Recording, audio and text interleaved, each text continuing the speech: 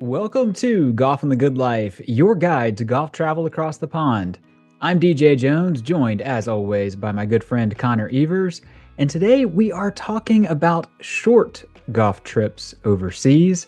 We will explain what we mean by that in just a moment, but first, Connor, great to be back with you, man. This is our first recording after the holiday break, but of course, that also means that as this comes out anyway, it is time for the PGA show in Orlando.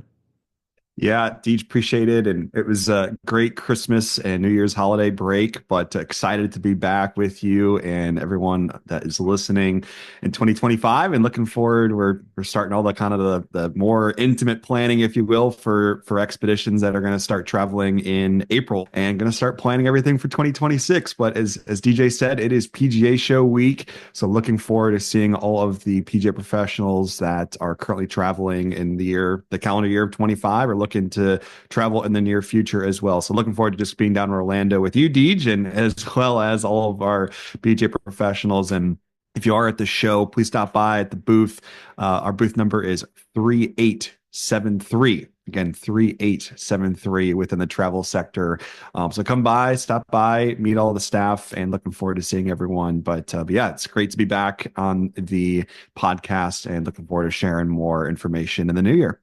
Yeah, absolutely. And it's always great time at the PGA show, whether it's, like you say, catching up with the PGA professionals who travel with us or our partners from across the pond. I'm sorry to say that it has been cold here in Orlando. So I'm not doing well for you as far as getting away from that in Cincinnati. But I did want to mention real quick, because we've been doing this the last few episodes.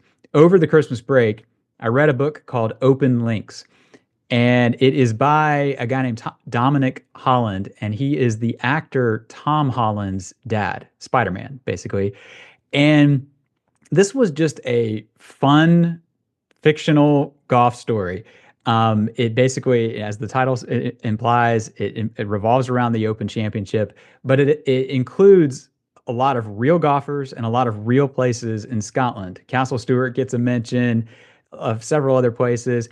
My only beef with it is he refers to Muirfield as the Muirfield Golf Club, and he doesn't capitalize the Honorable Company of Edinburgh Golfers. I feel like there might be some trademark things like that he was trying to avoid with this, but it still annoyed me reading it. But anyway, if you're looking for a golf read, add that one to your list. But shifting back to today's episode, as mentioned, we're talking short golf trips across the pond. This is kind of building on a couple things. First is actually an article on our website that our colleague Mike Walters put together. We'd like to obviously keep a pretty close eye on trends and preferences in the golf travel business and how they evolve through time. And one of the things that we're seeing is a noticeable uptick in demand for 4 or 5 night trips with 3 to 5 rounds of golf. And Connor, you can speak more to kind of what's driving this, but when you think about it, it makes total sense as to why it's happening. Why at least a small portion of our business is kind of getting away from that 7 or 8 night, 10 night trip and what's driving it. Why don't you fill us in on a little bit of what you're seeing on the planning side? Honestly, I think this trend has started since I've been with the company that I've personally seen. I've been the company just a little over 3 years now, and it kind of started kind of halfway through my tenure with the company. A lot of folks are, and we've talked about it a little bit too. That's kind of the millennial generation. They've got families, they've got jobs, maybe they're higher ups and what have you, and they can't take a whole week off. And really, what we're trying to do and kind of suffice that goal of theirs is to do kind of shorter trips. It's 4 or 5 night trips where, you work on say a Thursday and you hop on the plane in New York on Thursday night and you go over for 4 nights and you're back.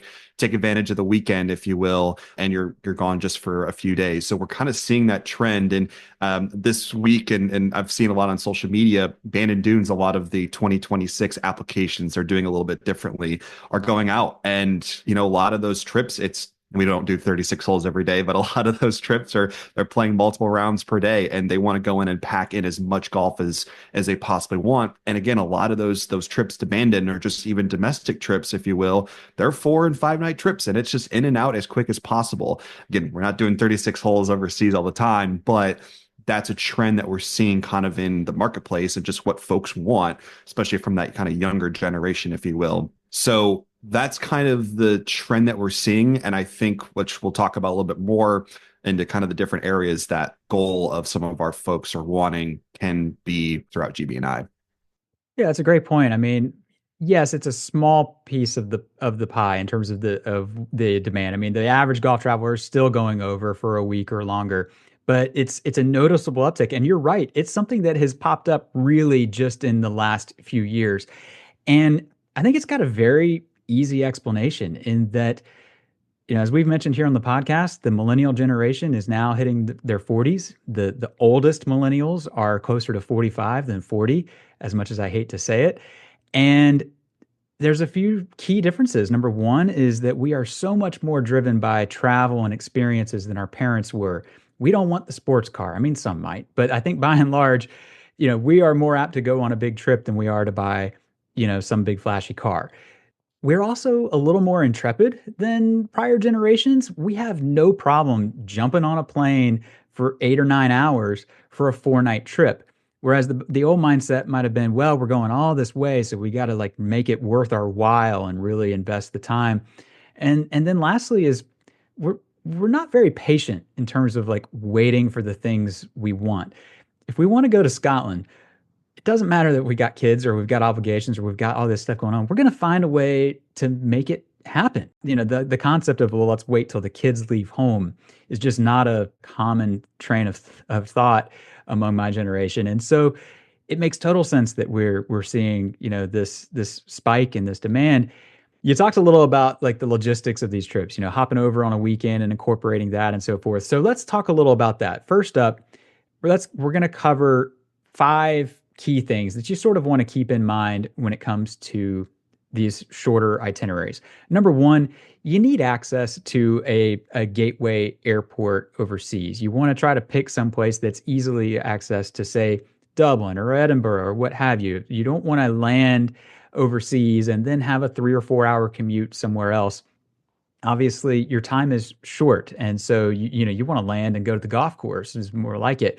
The next is you need a concentration of great golf. If you're choosing a destination that's really only got 1 or 2 courses and you're struggling to sort of fill out the rest of your 4 or 5 days, that's not really ideal. I mean, that's not making the most of what you're trying to do.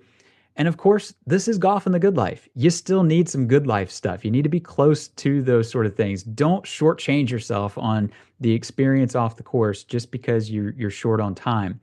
As much as I know that the concept of 36 a day for 3 or 4 days at Bandon Dunes is common, don't do that in Scotland and Ireland. There's so much more to see and do. Next, ideally, you want to stay in one spot.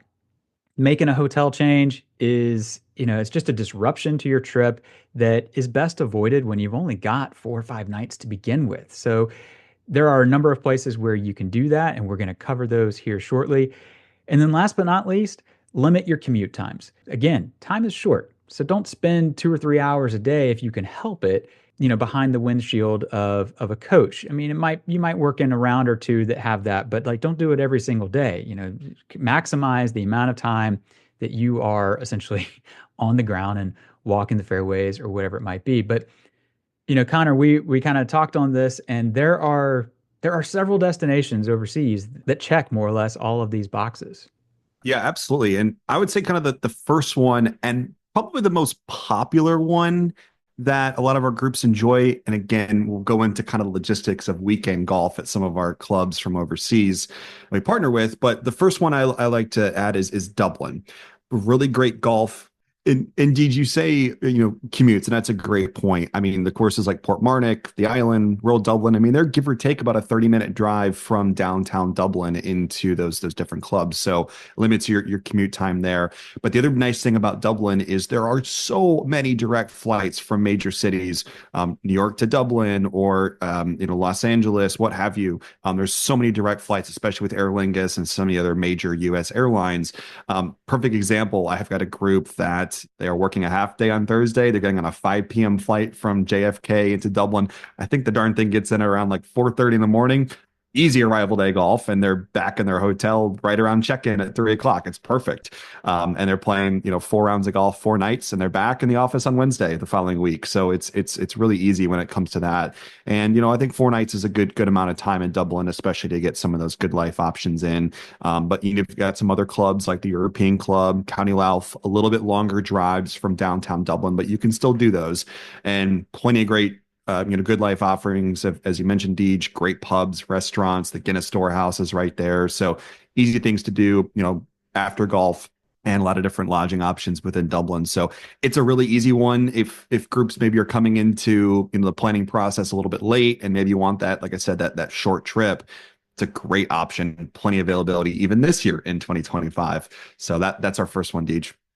Yeah, Dublin is absolutely great, especially for this type of trip. And, talking about the easy access with flights, I mean, from so many direct cities, but also, the length of flight from, say, New York to Dublin is the same or probably even less than getting out to the West Coast, especially Bandon Dunes, where you've got a couple flights and probably a long drive after that. So, definitely a good one to consider. Another, of course, is Edinburgh. While you don't have as many direct flights as Dublin, you've still got plenty to work with. Even if you still have to connect, you've got options that will get you there without having to, to add a whole bunch of layers to your logistics. But, the golf kind of speaks for itself. You've got Gullen and North Berwick, Muirfield and Dunbar. You're talking, even if you only hit three of those, if you don't make it to Muirfield, that's still a fantastic old trip. Gullen's got extra courses. You got Kilspendie nearby. You can pick up some extra golf pretty easily. But if you do work in Muirfield, the one thing to keep in mind is obviously it's a Tuesday and Thursday option only for visitors. We've talked about that in the past. So if you're trying to work out this 4 or 5 night itinerary, you might be stretching it, or you have to kind of plan your days accordingly. It might mean you won't get back till, say, a Wednesday. You don't want to land and go to Muirfield. So long story short is it might kind of negate some of the savings in terms of time with a weekend, but you can certainly still do it. But no shortage of great golf. And, of course, then the choice is always, well, do you stay in the city? Do you stay near the golf? You could kind of flip a coin here. I mean, time is short. So being near the golf certainly has its advantages. I prefer to stay in Edinburgh just because I love the city. We dedicated 2 episodes of the podcast to it. So go back and have a listen. And at worst case scenario, driving out to Dunbar, you're really still only 45 minutes to an hour tops, and that's only for one round. And you could even make that your arrival day round potentially. But again, the good life obviously speaks for itself, and we covered it in great detail. I mean, there's so much to see and do in Edinburgh. It's just an ideal spot for this short jump where you can go, unpack once, and play some pretty outstanding golf. Yeah, you got it right. And it's funny you mentioned those four because I have got a group that is doing that in 2026. They are leaving on a Thursday. Friday is arrival day golf at Dunbar. Saturday is Gullen. Sunday, North Berwick. I think they're throwing one more in, or I've got my dates a little bit wrong, but their last day of golf is actually Muirfield. That's how we're playing it. 12 gents. It's a 4 night trip in and out. Bang. So That is how it's done. And at Muirfield, I mean, how it doesn't get any better than that. exactly. So next up is St. Andrews, and we'll add this one in. Obviously, we have easy access from Edinburgh, hour and a half, door to door, if you will, from the airport. Now, a lot of groups are going to want to have the old course and it being a priority. With it being this short of a trip, especially with us, wouldn't qualify for guaranteed old course tee time. But we can talk more about the daily draw and the ballot, all those good processes. But maybe this is for a trip that, say, you want to go to St. Andrews, hang in town. You've already played the old course, but maybe you haven't played some of the other, courses around there. Maybe another St. Andrews course or other ones that you just haven't tackled yet, like Ely or Crail or such. Go back to the other great clubs like Kingsbarns and Carnoustie. I love going back to St. Andrews, as I mentioned in my, the last kind of podcast about our trips. I went to St. Andrews with my dad and just went for the day and hung out. I mean, the old course is great. Don't get me wrong. Sounds probably jaded because I've played it before for folks that are listening to it that have not played it, but it's just cool being there. And, there's other great courses within the area, and it's just great just being in town. It's just one of the coolest and neatest places anywhere in the entire world, taking the old course out of that conversation. So another great place you can just go to. As we talked about, so many different good life offerings. The town of St. Andrews is fantastic. The cemetery, the university is amazing. I need to spend more time in the university next time I go back. But I mean, tons of pubs. The Jigger Inn, the Dunvegan, Tail End has great fish and chips, and Janetta's Gelato, one of DJ's and I's favorite spots in town, and a lot of our members as well. So that's another great spot you can go to, again, with or without the old course. And it's just, again, easy access to the Edinburgh airport too. But a really good point when it comes to the old course. And you've got to go into this essentially sizing up how important it's going to be to you. If the Yeah. old course is essential, then you got to go back when you've got more days. That's as simple as it gets. But I think that if you asked anyone who has been to St. Andrews, kind of echoing what you just said, it's just the magic of the town that draws so many people back. And so once you've played it, yeah, go back and you can play 4 or 5 nights and you realize, oh, walk in the new or the Jubilee, I've got that same St. Andrews Links feel, if you will, but I didn't get on the old. Okay, no big deal, but I've already played it. But also just how much the city itself contributes to the feeling of around the trip. And I think you'd be surprised how, little disappointment there is if you don't get on the old because St. Andrews there's just nothing like it. But my next one is England's Gulf Coast.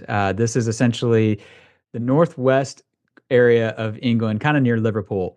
We're talking Royal Birkdale, Royal Liverpool, Royal Lytham, and St. Anne's. Those are the three heavy hitters in this area, the three members of the Open Rota. There are some things to keep in mind when it comes to those three. Connor might add some to this, but essentially the weekends are a little tougher with these courses. So, but the good thing is this area has a incredible bench in terms of what some might call the quote second tier courses. I mean, Hillside and Formby, Southport and Ainsdale, Walsey and West Lancashire. I mean, the list kind of goes on and on. All fantastic courses that you would love to have as a part of your itinerary. One thing to keep in mind with this spot, and it actually kind of, I don't want to say helps when it comes to a short trip, but it kind of does in that there's not a whole lot of good life in this area. We talked about it on the episode related to this region in the past. There's some things to see, but not a ton. And so, obviously an evening trip into Liverpool to walk around, go to the Cavern Club, that sort of thing is great. But you would be hard pressed to fill a week of good life stuff here. So a short trip kind of makes sense from that perspective. And you've got somewhat easy access with the Manchester airport. It is probably of the regions we're talking about, probably the one that is going to have the fewest flight options, but there are some. Atlanta, New York. I take one from Orlando when I go over there. Ironically, Aer Lingus flies from Manchester to Orlando. I've never really quite understood that, but they do, and it's an easy jump over there. But Connor, we mentioned on the weekend thing. How does that come into play on these clubs in England? Yeah, so a lot of them have limited access. It's either very late afternoon or it's, hey, some Sundays you can play here, some you can't. It really depends.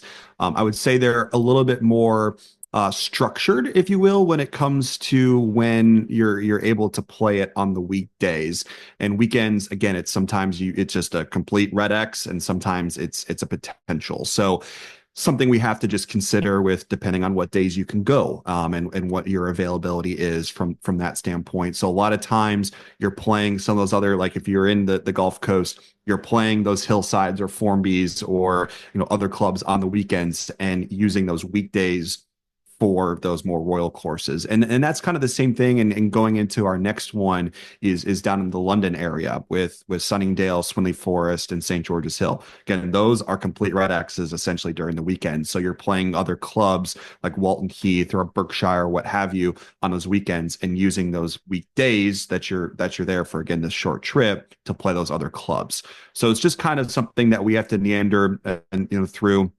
Get other areas like Dublin and a lot of those clubs like Portmarnock, going back there. I mean, they are not on the weekends, but taking advantage on those weekdays. So just kind of the other kind of tentative planning situation that we go through. And to London's area, again, I mean, super easy access. I think you can get to London Heathrow or Gatwick from mostly Heathrow, but to any pretty much big major city, throughout the states. I mean, even Cincinnati now has a direct on British Airways into Heathrow, which is really nice. So that's kind of the great thing about it. Tons of good life in and around the London area. Windsor Castle is one of my favorite places of good life throughout all of GB&I. Great town in and around the Surrey area as well. And then the Fairmont Windsor Park is a fantastic property within there, and it's easy access to all the clubs as well as the airports throughout the London area. So another great option. Those three clubs there, Sunningdale, Swinley Forest, and St. George's Hill. I mean, some of the top 100 clubs throughout the world. So just a fantastic area and easy to get in and out of. Yeah, you've got four top 100 courses. I don't know that there's another region around that has actually more than that. Southwest might have the same, Southwest Ireland, I should say. But even with the weekend thing, like you were mentioning, I mean, the other appeal to this spot is, look, you fly in on a weekend, you can do like one of your groups last year, go hit a Premier League game, then pick up your golf on Monday, Tuesday when those key clubs become back available, if you will, and make a best of both worlds sort of thing about it. And I mean, that's what those trips are all about. Get in, get out, check some really great boxes, both on and off the course, and you're doing really well. But Connor, I think we covered everything we wanted to hit on this one. Anything that you wanted to add before we wrap this one up?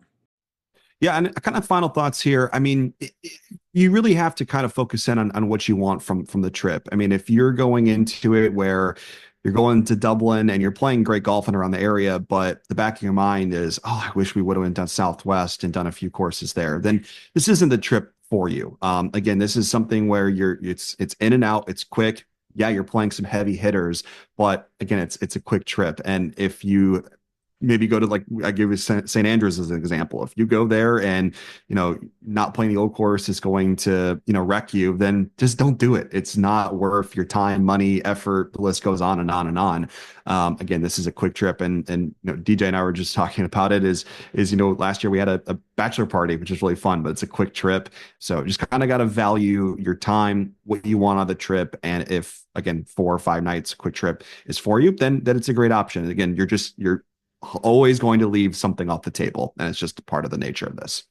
Yeah, that's a great point. I mean, you don't want to come home disappointed, and if it still fits your goals for the trip, by all means, do it. This is a great way to do it. If you're going to come home and wish you had done something different, obviously we're here to make sure that doesn't happen, and we'll be the first to tell you, nah, you need to kind of wait till you've got the 7 nights if you're trying to squeeze in, 8 courses into this 4-night trip. But to wrap this one up, as usual, we will have some links in our show notes that you might find helpful. We did have an entire article, like I mentioned earlier, on this exact topic. We'll have that there for you for some further reading.